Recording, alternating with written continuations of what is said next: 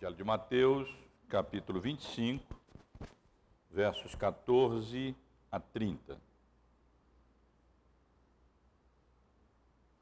Pois será como um homem que, ausentando-se do país, chamou os seus servos e lhes confiou os seus bens.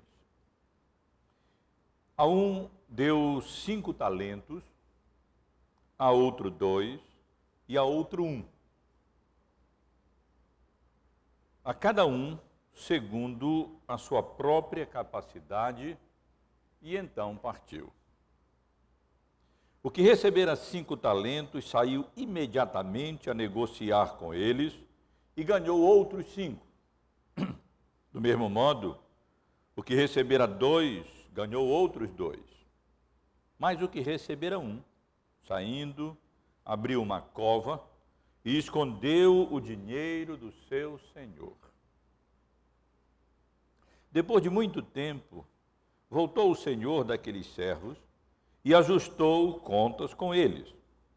Então, aproximando-se, o que recebera 5 talentos, entregou outros 5, dizendo: Senhor, confiaste-me 5 talentos. Eis aqui outros 5 talentos que ganhei. Disse-lhe o Senhor: muito bem, servo bom e fiel. Foste fiel no pouco, sobre o muito te colocarei. Entra no gozo do teu Senhor. E aproximando-se também, o que recebera 2 talentos, disse: Senhor, 2 talentos me confiaste, aqui tens outros 2 que ganhei. Disse-lhe o Senhor: muito bem, servo bom e fiel. Foste fiel no pouco, sobre o muito te colocarei, entra no gozo do teu Senhor.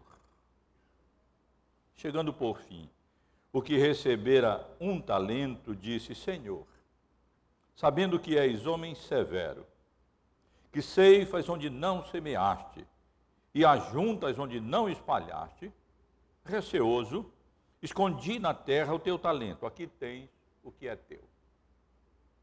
Respondeu-lhe, porém, o Senhor: servo mau e negligente. Sabias que ceifo onde não semeio e ajunto onde não espalhei? Cumpria, portanto, que entregasses o meu dinheiro aos banqueiros, e eu, ao voltar, receberia com juros o que é meu. Tirai-lhe, pois, o talento e dai-o ao que tem 10. Porque a todo o que tem, lhe será tirado. A todo o que tem, se lhe dará e terá em abundância. Mas o que não tem, até o que tem, lhe será tirado. E o servo inútil, lança-o para fora, nas trevas. Ali haverá choro e ranger de dentes.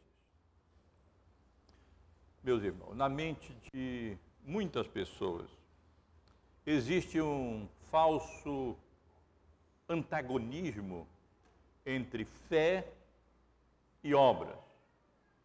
Como se essas coisas fossem, de fato, antagônicas uma às outras.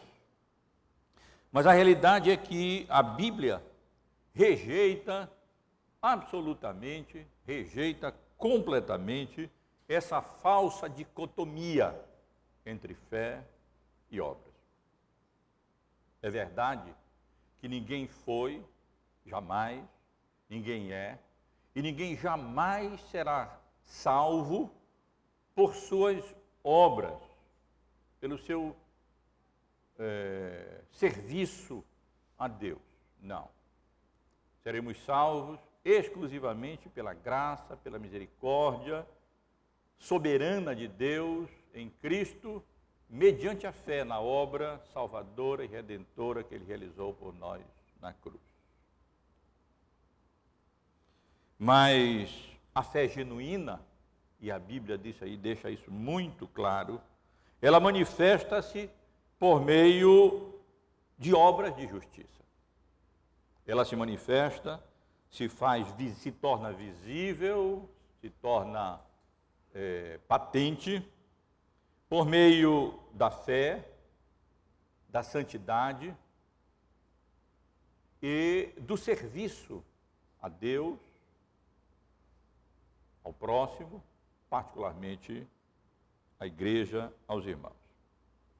Ela se revela, portanto, no uso diligente dos dons, dos recursos e das oportunidades que Deus graciosa e soberanamente concede a cada um de nós para a sua honra e para a sua glória.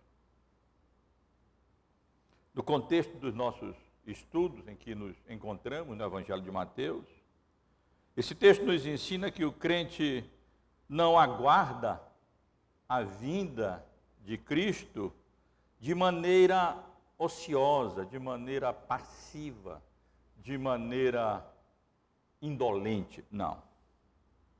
Ele busca fazer uso diligente dos dons, dos talentos, dos recursos, dos bens, das oportunidades, dos privilégios que Deus lhe concede, com vistas à promoção do seu reino e ao louvor, à honra e à glória do seu santo e bendito nome. Os irmãos acompanham a exposição do Evangelho de Mateus. E essa é uma das grandes vantagens da exposição sequencial das Escrituras. Os irmãos conhecem bem o contexto em que o nosso texto se encontra localizado. Os irmãos sabem bem que o contexto do nosso texto ainda é o sermão profético de Jesus, o sermão escatológico que o Senhor Jesus proferiu em resposta à pergunta dos seus discípulos no Monte das Oliveiras, no versículo 3 do capítulo 24. Dize-nos, quando sucederão estas coisas e que sinal haverá da tua vinda e da consumação dos séculos? E aí, respondendo à pergunta dos discípulos, certamente não da maneira como eles esperavam, mas da maneira como eles deveriam de fato ouvir, o Senhor Jesus fala sobre o princípio das dores, a grande tribulação, a sua vinda em glória, a sua manifestação, a sua parousia. E a partir daí, ou seja, do versículo 32 do capítulo 24, o Senhor Jesus aplica de forma prática aquilo que ele havia ensinado com relação à sua segunda vinda. É a doutrina sendo aplicada na prática.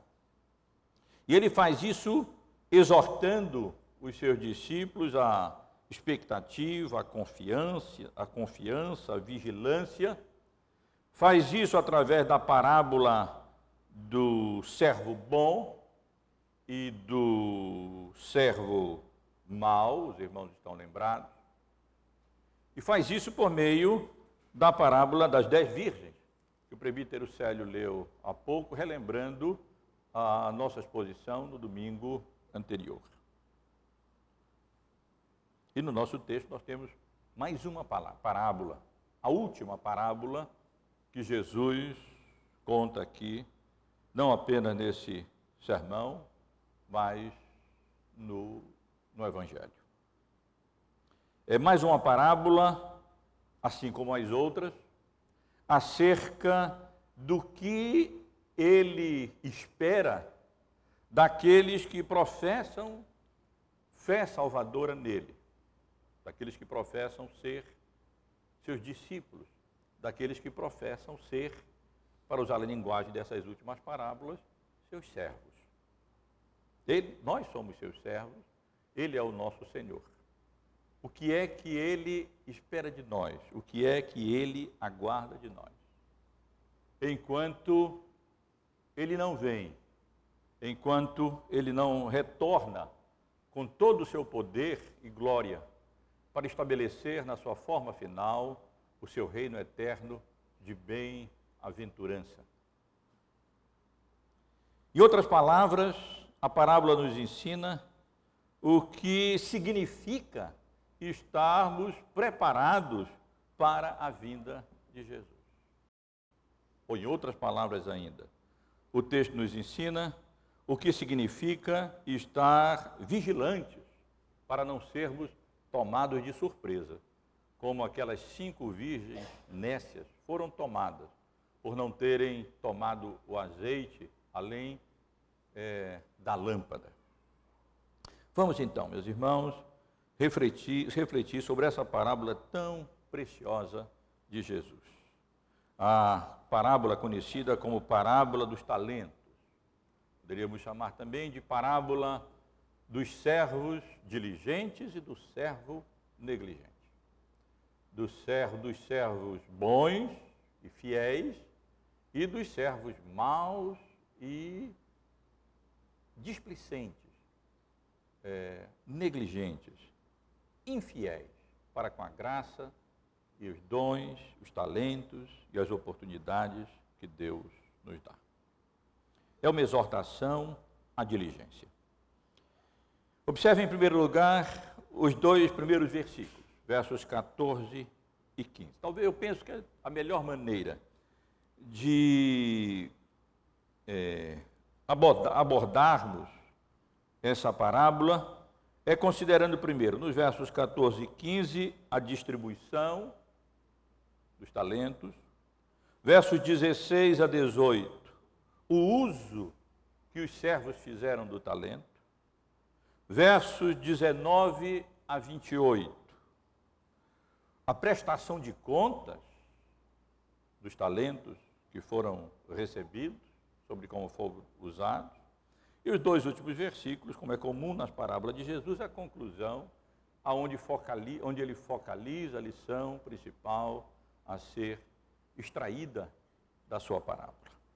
Observemos, portanto, em primeiro lugar, a distribuição aqui mencionada nos versículos 14 e 15. E com relação a isso, observemos, irmãos, o tema, os personagens, os valores e o critério da distribuição. O tema continua a ser o reino de Deus. Ele não é explícito aqui, ele se encontra implícito na forma aqui grega, pois será como um homem que, ausentando-se do país, chamou os seus servos e lhe confiou o seu bem. O que será como um homem? Ora, a referência é evidente ao mesmo sujeito aqui no versículo, na parábola anterior. Então, o reino dos céus será semelhante a 10 virgens, ou seja, a parábola ainda tem a ver com o reino dos céus. Ela ainda focaliza um aspecto específico do reino dos céus, referente agora a como devemos agir, a como procedermos durante esse período em que aguardamos a vinda em glória do Senhor Jesus. E o tema, portanto, o reino dos céus, é aqui comparado a um homem, diz o texto, que ausentando-se do país, chamou os seus servos e lhe confiou os seus bens. Um homem que tinha recurso e que então, tendo que ausentar-se do país, ele chama os seus empregados, os seus servos, e confia-lhes os seus recursos financeiros, para que eles então administrassem os seus recursos até que ele retornasse. Os personagens dessa parábola são, evidentemente, o homem, chamado de Senhor, aqui, que obviamente, certamente se refere a Jesus, a parábola deixa isso tão claro, sem sombra de dúvida, e os seus servos se refere especialmente aos crentes professos, aqueles que professam crer nele e professam segui-lo e professam servi-lo. Os valores, 5, 2 e 1 talento, no versículo 15, a um deu 5 talentos, a outros 2 e a outro 1, merece uma explicação. Nós geralmente, atualmente, usamos a palavra talento para fazermos, com referência a alguma habilidade, né, natural que uma pessoa tem. Geralmente uma habilidade excepcional, né, habilidade especial.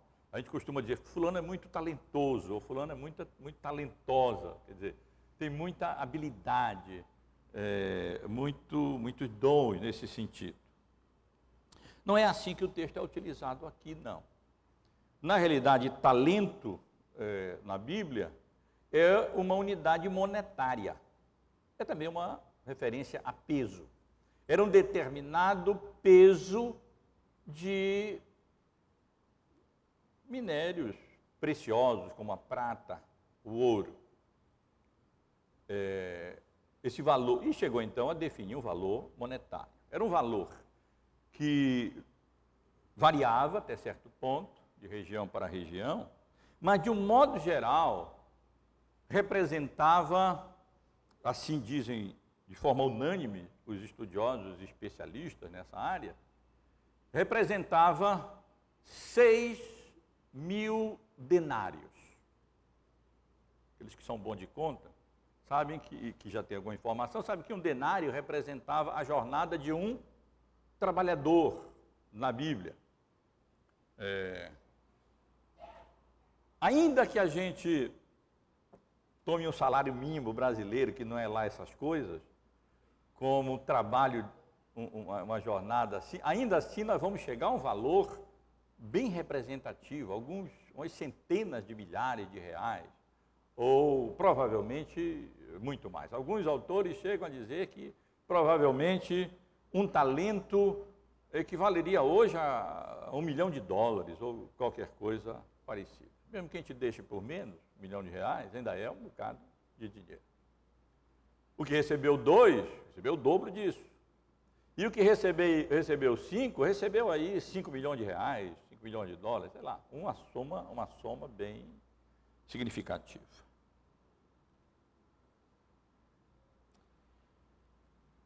E o critério de distribuição, o Senhor não deu 2 para cada um, ou 3 para cada um, ou 5 para cada um. Ele deu para um 5, para outro 2, confiou, não é? Deu não, confiou, continua a ser dele. Ele confiou 5 para um servo, 2 para outro e 1 para outro. Por quê essa diferença? É porque nós somos diferentes. Não é? É porque nós temos habilidades e capacidades diferentes. E, portanto, o critério da distribuição foi exatamente a capacidade, diz o texto no versículo 15, segundo a sua própria capacidade, ou segundo a capacidade individual de cada um, a habilidade individual de cada um. O termo aqui usado para capacidade é o termo grego dynamis, significa poder, daí vem a nossa palavra dinamite, mas como ele é usado aqui, ele se assemelha mais ao uso dessa palavra, por exemplo, na segunda carta de Paulo aos Coríntios, no capítulo 1, no versículo 8, onde o apóstolo Paulo diz assim: porque não queremos, irmãos, que ignoreis a natureza da tribulação que nos sobreveio na Ásia, porquanto foi acima das nossas forças, da nossa capacidade. E Paulo usa essa palavra aqui. E usa um pouco adiante também, na mesma carta, no capítulo 8, agora no versículo 3, com referência à coleta que ele vinha realizando para suprir as necessidades das igrejas, dos membros da igreja de Jerusalém, por parte dos macedônios. E ele diz, porque eles testemunho eu, na medida das suas posses, ou seja, dinamis, habilidades, das suas capacidades, dos seus recursos, dos seus dons, e mesmo acima delas, eles se mostraram voluntários para participar daquela oferta, daquela coleta, para suprir a necessidade dos santos de Jerusalém. Portanto, o critério aqui, meus irmãos, é a habilidade, a capacidade diferente que cada servo tinha para administrar. Está implícito aqui que o Senhor conhecia bem os seus servos, né? Ele conhecia e sabia, esse aqui tem mais. Olha se ele tivesse dado os 5 talentos para quem ele deu 1, né? Tinha se dado mal. Mas ele deu 5 talentos para quem tinha maior capacidade e habilidade, deu 2 talentos para o outro que tinha capacidade e habilidade relativa para negociar e fazer prosperar aquele recurso do seu patrão, do seu senhor, e deu apenas 1 àquele que ele sabia que tinha menos habilidade. Não exigiria tanto dele administrar um valor maior, mas um valor menor. Isso com relação à distribuição. Os versos seguintes, por favor, observem, verso 16 ao verso 18, narra o uso que cada um dos 3 servos fez do recurso, dos valores que eles receberam. Diz o texto que o que recebeu 5 saiu imediatamente a negociar com eles e ganhou outros 5. Ele não perdeu tempo. Saiu correndo, foi logo procurar os melhores negócios, as melhores aplicações, os melhores investimentos para o recurso do seu senhor, e o resultado é que na sua diligência, no seu trabalho fiel, no seu uso dedicado dos recursos que o seu senhor havia lhe confiado, ele acabou duplicando os seus recursos. Ele acabou ganhando outros 5 talentos, o que não era pouca coisa, numa sociedade em que não havia inflação, como hoje nós temos ainda inflação aqui. Com relação ao segundo, o que havia recebido 2 talentos, Jesus resume dizendo que ele fez o mesmo. Ele fez exatamente a mesma coisa. Ele agiu assim como aquele que havia recebido 5. Ele não pensou, bom, eu recebi menos, então eu não preciso dobrar o meu recurso que me foi confiado. Se eu conseguir aqui alguma coisa, já está bom, não preciso ganhar proporcionalmente a mesma coisa que aquele que ganhou 5, bem mais do que o dobro e meio do que eu. Não, ele saiu também do mesmo jeitinho, ele foi imediatamente e logo procurou trabalhar, negociar com fidelidade, com empenho, com zelo, com diligência, e o resultado foi que ele dobrou o capital do seu senhor. Quando ele retornou, ele pôde entregar mais 2 denários. Os irmãos certamente percebem uma pausa na narrativa. Mas o que recebeu 1, ele não procedeu como os outros. Ele saiu, cavou uma cova, abriu um buraco e simplesmente enterrou o dinheiro do seu senhor. Os versos seguintes constituem o corpo principal da parábola. A partir do versículo 19 até o versículo 28, Jesus, na sua história, na sua parábola, ele fala sobre o que aconteceu quando o Senhor retornou, ou seja, a prestação de contas dos recursos que ele havia confiado aos seus servos. Observe, em primeiro lugar, a ocasião, no início do versículo 19, depois de muito tempo, ele passou um tempo considerável, um tempo razoável, os servos tiveram um bom tempo para trabalhar, para investir o seu senhor. Ele não era uma pessoa irrazoável, não, ele era bem razoável, deu um tempo muito oportuno, bastante suficiente, um longo tempo, para que eles então trabalhassem e diligentemente investissem o capital do seu senhor e pudessem então assim lhe dar o lucro esperado, conseguir o lucro esperado. O acontecimento foi que o senhor daqueles servos voltou. Na realidade, nós temos aqui um ajuste de contas.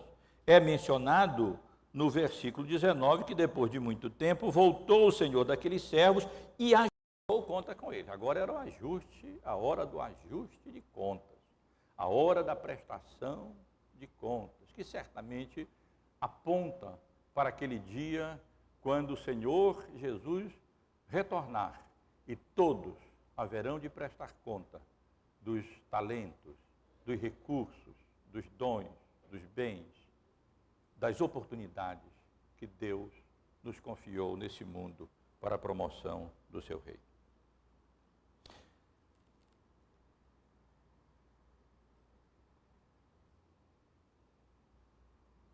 Qual foi o relatório do servo que havia recebido 5 talentos? Ele não foi prolixo, não. Ele foi direto, objetivo, curto. Depois de muito tempo, voltou o senhor daqueles servos e ajustou conta com eles. Verso 20. Então, aproximando-se o que recebera 5 talentos, entregou outros 5, dizendo: Senhor, confiaste-me 5 talentos, aí tens outros 5 talentos que eu ganhei. O fruto do trabalho dele era eloquente, não as palavras. Ele fez prosperar o capital do seu servo, do seu senhor, e conseguiu ali para ele outros 5 talentos. Qual foi a reação do Senhor? Versículo 21. Disse-lhe o Senhor: muito bem, servo bom e fiel. Foste fiel no pouco, pouco em relação ao que lhe seria confiado no estado eterno, né? Na parábola. Paulo diz que os sofrimentos do tempo presente não são para se comparar com a glória por vir a ser revelada em nós. Mesmo os privilégios, os dons, os bens, as oportunidades que Deus nos dá nessa vida, é pouco em relação àquilo que Ele nos dará na glória, embora, objetivamente falando, não seja pouco, não. É $1 milhão, aí é um bocado de coisa. 5 milhões é muita coisa. Vejam, portanto, irmãos, que na reação do Senhor, aqui nós vemos a avaliação que Ele fez, o elogio e a recompensa. A avaliação foi muito bem, excelente. Excelente, seria mais ou menos a ideia. Você fez aquilo que deveria ser feito. Você saiu muito bem no uso dos recursos que lhe foi confiado. O elogio, servo bom e fiel. A avaliação, o veredito de Jesus. Esse foi um servo bom e fiel, porque ele diligentemente utilizou o recurso que lhe havia sido confiado para o bem do seu servo, para a promoção dos negócios, do capital, dos recursos, ou do seu servo não, do seu senhor. E a recompensa sobre o muito te coloco, foste fiel no pouco, sobre o muito te colocarei, entra no gozo do teu Senhor. O benefício é a promessa de que nós receberemos no estado eterno muito mais bênçãos, dons, bens, privilégios, oportunidades do que nós recebemos nesta vida. Esse mundo pecaminoso, nós sendo pecaminosos, tendo a nossa própria natureza, nossas próprias habilidades e capacidades limitadas pela nossa finitude, pela nossa condição de homens pecadores, tendo o nosso próprio habitar, esse mundo corrompido, o dobro está de muito bom tamanho para nós aqui, pecadores, num mundo pecador como esse em que vivemos. Então a recompensa é que no futuro, a recompensa não é aquela ideia de que nós vamos ficar cantando com os anjozinhos, sei lá, embalado numa rede ou passeando de mão dadas com eles, só numa atitude mística. A ideia é que no estado eterno nós teremos muito mais habilidade, Deus nos confiará muito mais oportunidades e graça para servirmos desenvolvermos o potencial da criação para o louvor, para a honra e para a glória do nosso Senhor. Aí vem um relatório do que havia recebido 2 denários. Exatamente a mesma coisa. Exatamente a mesma coisa. Ele disse: confiaste-me 2 talentos, aqui tem outros 2 que ganhei. Exatamente como o que havia recebido 5. Não há diferença nenhuma. Não é porque ele havia recebido 2 que ele vai agora com alguma desculpa, olha, não deu para, só deu para conseguir 10% aí de lucro, porque afinal eu recebi só 2 e não 5. Não, ele recebe na mesma proporção, proporcionalmente tanto quanto, ele ganhou proporcionalmente tanto quanto aquele que havia ganho 5. E ele recebe do Senhor, do seu Senhor, portanto, exatamente as mesmas palavras, exatamente as mesmas palavras que aquele que havia ganho 5 denários, 5 talentos, recebeu da parte do seu Senhor. A avaliação foi a mesma, o elogio foi o mesmo, a recompensa seria a mesma. Não importa a quantidade de talentos, de dons, de oportunidade que nós tenhamos, importa o uso que nós fizermos dos talentos, dos recursos e da oportunidade que Deus nos dá. Mas, meus irmãos, outra pausa na parábola. O que recebeu dos versos 24 em diante. O seu relatório, ao invés de ser simplesmente apresentar o fruto da sua diligência, do seu trabalho, do bom uso que ele havia feito do recurso do seu Senhor, não, ele veio com um misto de desculpa e acusação. Lendo as palavras desse homem, nessa parábola, chegando por fim, o que recebeu 1 talento, disse: Senhor, sabendo que és homem severo, que ceifas onde não semeastes, e ajuntas onde não espalhaste, me lembrei da queda, me lembrei das palavras de Adão. Senhor, a mulher que tu me deste, foi ela que me deu do fruto, e aí eu comi e caí. Com justificativas, desculpe a gíria, né? Furadas, ao mesmo tempo envolvendo acusação ao Senhor. Não, Senhor, tu és muito severo, tu cobras, sabendo que tu cobras onde não semeaste, quer escolher onde não plantaste. Então eu fiquei com medo, fiquei receoso, e aí eu enterrei o teu tesouro, o teu talento está aqui, é teu, eu não perdi nada, como se não perder nada fosse aquilo que Deus espera de nós. É assim, meus irmãos, que muitas vezes nós somos. Desculpas desparrapadas, furadas, mas o Senhor conhece isso tudo. E a reação do Senhor foi muito diferente da reação que ele manifestou para com os outros 2 servos. Aqui, ao invés de um elogio, de uma avaliação positiva e de recompensa, nós temos reprimenda, um desmascaramento daquele mau servo, hipócrita, negligente, ocioso, preguiçoso, e a punição que ele receberia. A reprimenda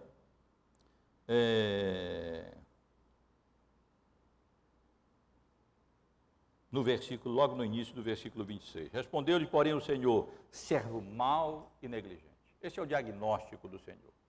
Os outros servos eram bons e fiéis. Este não, esse era um servo mau e infiel, negligente, para com os dons e os recursos e os privilégios e as oportunidades que o seu Senhor lhe havia confiado. Essa é a avaliação. E depois o desmascaramento, servo mau e negligente. Sabias que eu ceifo onde não semeei e que ajunto onde não escolhi? Então por que não entregastes o meu dinheiro aos banceiros e eu, ao voltar, receberia pelo menos o juro que é meu? Ou trazendo aqui para o nosso contexto. Então, por que pelo menos não colocaste na poupança para receber a TR e aquele rendimentozinho michuruca que a poupança dá para que eles tenham alguma oportunidade de poupar alguma coisa? Pelo menos eu teria esse rendimentozinho. Não tinha TR, mas também não tinha inflação, dava no mesmo, né? Tinha banco naquela época? Sim. Lembrem dos banqueiros ali no templo e outros lugares, quer dizer, tinham pessoas que pessoas se confiavam o dinheiro e a eles, então, eles negociavam, ganhavam com certeza muito como os banqueiros, talvez não tanto como os banqueiros aqui, né? E depois remuneravam um pouquinho só, como mais ou menos aqui, talvez não tão pouco como aqui, mas a figura trazendo para nós é mais ou menos essa. Deixa de desculpa furada ou esfarrapada, já que tu achas que se o problema era esse, eu sou severo, então por que pelo menos tu não fizestes isso? Jesus, portanto, desmascara. Não, o problema dele, Jesus já havia indicado: servo mau, servo negligente, servo infiel. E então, a punição. Versículo 28. Tira-lhe, pois, o talento e dai-o ao que tem 10.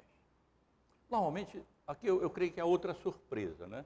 Normalmente nós estamos acostumados a associar a iniquidade àqueles que têm mais recursos, que têm mais dinheiro. E geralmente nós temos a cultura popular, pelo menos nossa no Brasil, o pobre, ele é virtuoso por ser pobre. Aqui o caso é diferente. Aqui, quem tinha pouco, esse que tinha pouco e agiu mal, e foi iníquo, e foi ímpio, ele perde até o que tem, e aquele que tinha mais, agora usufrui de maior bem-aventurança ainda. A ele mais é confiado, já começando a cumprir a promessa de que no estado eterno nós receberemos muito, muito, infinitamente mais do que nós podemos imaginar ou pensar aquilo que nós temos recebido aqui nessa vida. E aí chegamos à conclusão, meus irmãos, nos versículos 29 e 30. Um princípio estabelecido e uma condenação indicada. Porque todo o que tem, se lhe dará, e terá em abundância, mas o que não tem, até o que tem, lhe será tirado. Todo aquele que tem a graça e bênção da parte de Deus, e exercita e usa, mais ele vai ter. E aqueles que não usam, menos eles têm. É assim na vida física. Aqueles que exercitam seus músculos, eles se tornam mais vigorosos, mais habilidosos, mais capacitados, mais força, mais vigor lhe é dado. Aqueles que não exercitam, vão ficando como eu, ou como o outro, né? Cada vez menos capacidade, força física, habilidade física. Eu tenho algumas desculpas para exercitar menos, né? E são tão esfarrapadas também, mas eu tenho. E assim como na vida, na parte física, assim também na área espiritual. Aqueles a quem Deus dá e usam, eles multiplicam. É impressionante. Na igreja, com quem nós podemos contar? É com quem nós já contamos. Coitado, né? Por um lado.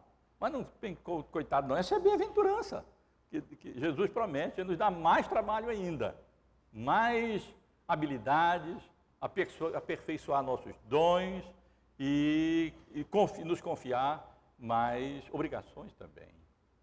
É assim. Já aqueles que nada fazem, menos fazem ainda, e menos depois, e isso é uma condição mais séria, a parábola nos ensina isso, do que normalmente nós imaginamos. É um péssimo indicador. Todo que ele tem, terá em abundância. Todo que tem, se dará e terá em abundância. Mas o que não tem, até o que tem, lhe será tirado.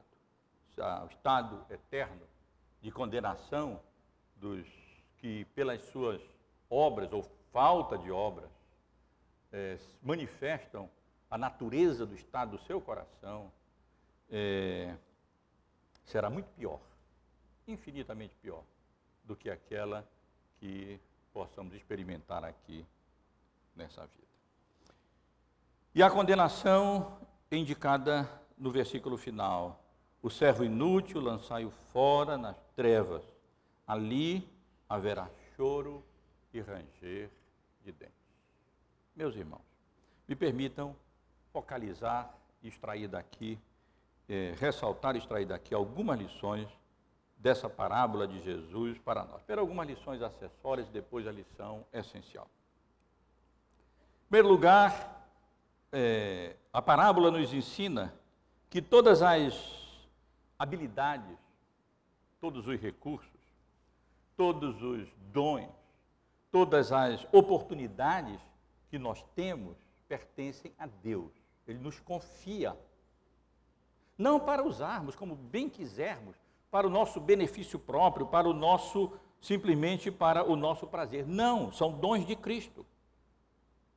Nós não somos soberanos sobre os nossos dons, sobre os nossos talentos, sobre os nossos recursos, sobre as oportunidades e os privilégios que Deus nos confia. Não. Nós somos apenas mordomos daquilo que Deus, dos privilégios, dos bens e dos dons que Ele nos confia. No capítulo 4 da primeira carta de Paulo aos Coríntios, no versículo 7, Paulo faz essa pergunta de retórica: pois quem é que te faz sobressair? E que tens tu que não tenhas recebido? E se o recebeste, por que te vanglorias como se não o tiveras recebido? Meus irmãos, aprendamos essa lição. O que nós temos não é nosso. O que nós somos não é nosso. Nós não temos a liberdade e a autoridade para utilizar os dons que o Senhor nos confia para a promoção do seu próprio reino, para o nosso bel prazer. Isso significa enterrar os talentos que Deus nos dá. Enterrar os dons, enterrar os recursos, enterrar as oportunidades que Deus nos dá e não usamos para a glória dele, mas apenas para benefício próprio. Isso significa enterrar os talentos que não são nossos, os dons que não são nossos. É um mau uso dos recursos que Deus nos confia, para benefício dele e não nosso. O bispo Haig, no seu comentário devocional ao Evangelho de Mateus, ele, comentando essa passagem, ele diz assim: qualquer coisa pela qual possamos glorificar a Deus constitui um talento. Nossos dons, nossa influência, nosso dinheiro, nosso conhecimento, nossa saúde, nossa força, nosso tempo, nossos sentidos, nosso raciocínio, nosso intelecto, nossa memória, afetos, privilégios, tudo que temos é por empréstimo de Deus.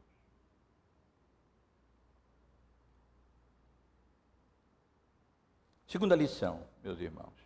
Cristo nos confia responsabilidades de acordo com os dons e habilidades que Ele mesmo nos dá.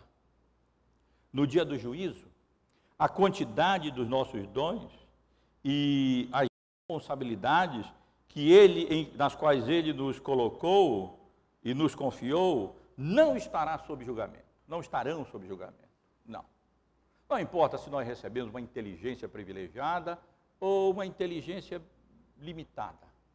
Se nesse mundo nós tivermos muitos recursos ou poucos recursos. Se Deus nos deu na sua providência muitas oportunidades ou poucas oportunidades, isso não estará em julgamento. Não. O que estará em julgamento é o uso que nós fizemos dos dons, dos recursos, dos privilégios, das oportunidades que Deus nos deu. Isso sim estará em julgamento. E aqui mais uma... podemos, portanto, dizer que, e percebemos isso na vida diária, que muitos fazem mau uso dos dons, dos recursos, dos privilégios que Deus lhe dá. Eles não os usam com vistas à promoção do reino e da glória de Deus no mundo, mas enterram seus dons, seus recursos, suas oportunidades e seus privilégios, fazendo uso deles apenas para benefício próprio. Nossos talentos, irmãos e irmãs, no sentido amplo, sejam quais forem, eles devem sempre ser colocados a serviço de Cristo, a serviço do reino, a serviço de Deus. Essa é uma lição bíblica tão clara e tão importante para nós. Como é fácil se errar nisso. E a pessoa tem a ideia de que ele tem aquela formação, alcançou aquele nível cultural, aquela posição de emprego na sociedade, ou seja lá qual for, o tempo que dispõe, a inteligência que Deus deu, a habilidade que Deus deu, até a habilidade para ganhar dinheiro, alguns têm como eles, que fizeram muito bom uso e negociaram bem, e pensam que... Qual é o propósito disso? Não é? Como se fôssemos senhores do que somos e do que temos. E esquecemos essa lição bíblica fundamental. Tudo que nós somos, tudo que nós temos, ele tem um propósito em última instância, a promoção do reino de Deus nesse mundo. Se nós falharmos nisso, nós estamos enterrando os talentos que Deus nos deu. E aqui eu menciono Riley mais uma vez. Ele diz, comentando o texto, os que desprezam a Bíblia, negligenciam a oração, não guardam o dia do Senhor, os incrédulos, os sensuais, os que seguem o pensamento do mundo, os frívolos, os imprudentes e os que buscam os prazeres, os que amam o dinheiro, os cobiçosos e os autoindulgentes, todos igualmente estão enterrando no chão o dinheiro do seu Senhor.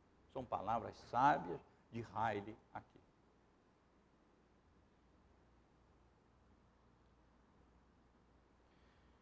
Terceira lição, irmãos.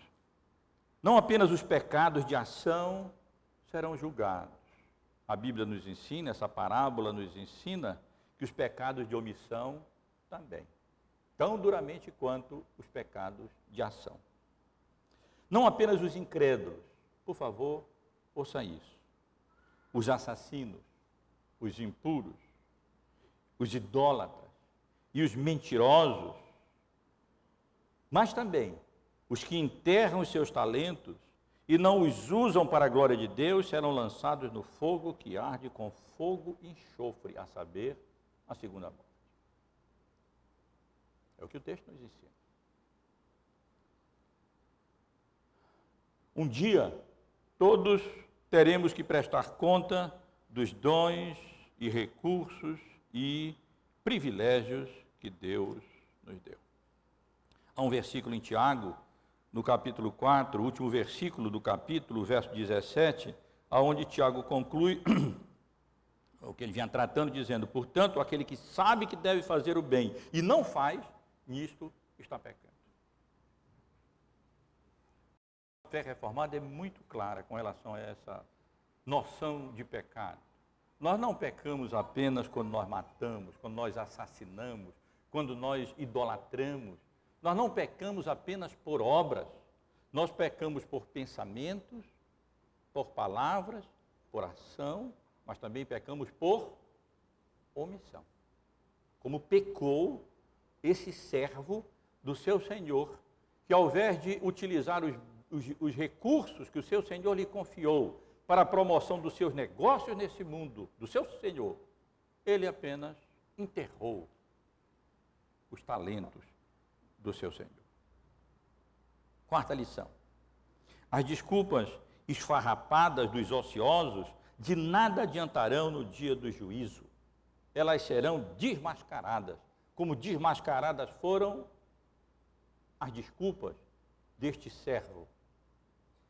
Os irmãos conhecem bem, o livro de Provérbios é cheio de referências aos ociosos, aos preguiçosos, e como eles usam de desculpas as mais variadas para desculparem a sua negligência, a sua ociosidade, a sua indolência.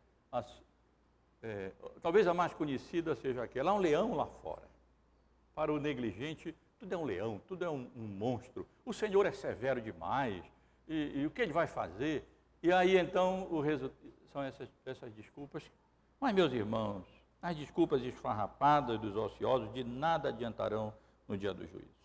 Elas serão desmascaradas por aquele que sonda, escruta e conhece o nosso coração. Pense nisso. Mas, meus irmãos, a lição principal do texto, essas lições são acessórias. A lição geral, a lição principal da parábola é sobre o dever de sermos fiéis no uso das oportunidades que Deus nos, usar a palavra precisa, adequada. Não é que Ele nos dá, que Ele nos concede, que Ele nos confia, que Ele nos empresta, que Ele nos confia, como mordomos que somos do que é seu. Essa é a lição principal. Está relacionado ao dever de sermos fiéis no uso das oportunidades que Deus nos confia. A parábola ensina que a diligência será recompensada. A negligência será punida, será condenada. Aquele que manifesta a sua confiança em Cristo, por meio do uso fiel e diligente dos dons e oportunidades e recursos que Ele graciosamente nos confia, serão recompensados com a alegria do seu Senhor. Participarão, compartilharão da alegria do Senhor. Serão bem-aventurados no sentido de que receberão muitas vezes mais dos dons, das bênçãos, das graças, dos privilégios, dos recursos, das oportunidades que Deus já nos deu aqui. Mas mais do que isso, o principal, compartilharão do regozijo, compartilharão da alegria do seu Senhor. Entra no gozo do teu Senhor. Uma referência clara ao estado de bem-aventurança e gozo e graça e glória que os crentes genuínos e que manifestam a sua fé genuína, não apenas não fazendo isso, não fazendo aquilo ou não fazendo aquilo outro, mas fazendo também, servindo fiel e diligentemente ao seu Senhor, utilizando os bens e recursos que Deus lhe confiou para a promoção do seu reino e da sua glória aqui nesse mundo.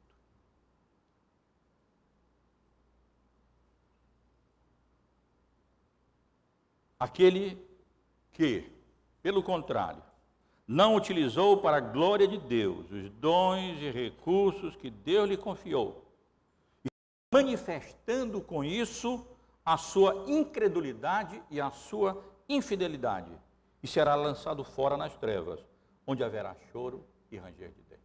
Por favor, entendam.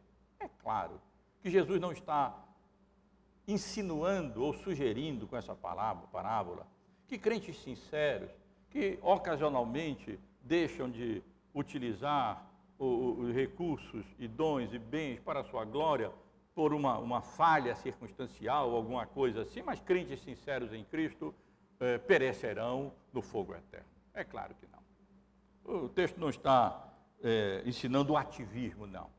O que o texto nos ensina é que a ociosidade contumaz, a negligência perene, constante. O mau uso dos recursos, dos dons, dos bens, das oportunidades que Deus nos dá, sempre só para a pessoa. Nunca para a promoção do reino de Deus. Nunca investindo a inteligência, o talento, os dons, o tempo, a oração, a leitura bíblica, as oportunidades, os locais, a influência, o papel, nunca, para a glória de Deus, para a promoção do seu reino. Então, isso é uma evidência concreta que esse coração nunca foi regenerado. Cristo não é seu Senhor, o mundo é o seu Senhor. E não é possível servir a dois senhores.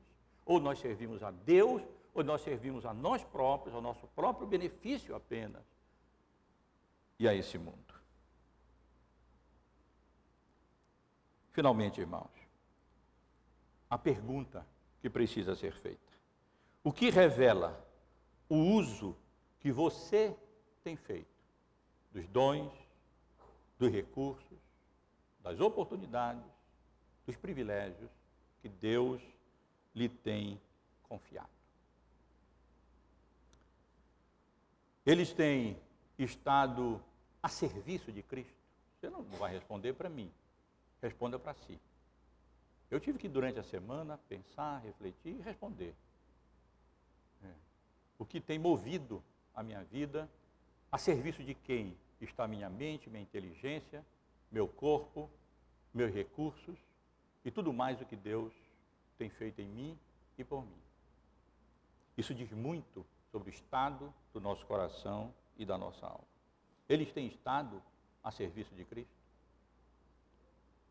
Têm promovido o seu reino e a sua glória? Ou você tem enterrado os seus talentos para si próprio? Que Deus nos abençoe. Obrigado por assistir o vídeo até o final. Além de curtir e compartilhar o vídeo, considere se inscrever no canal.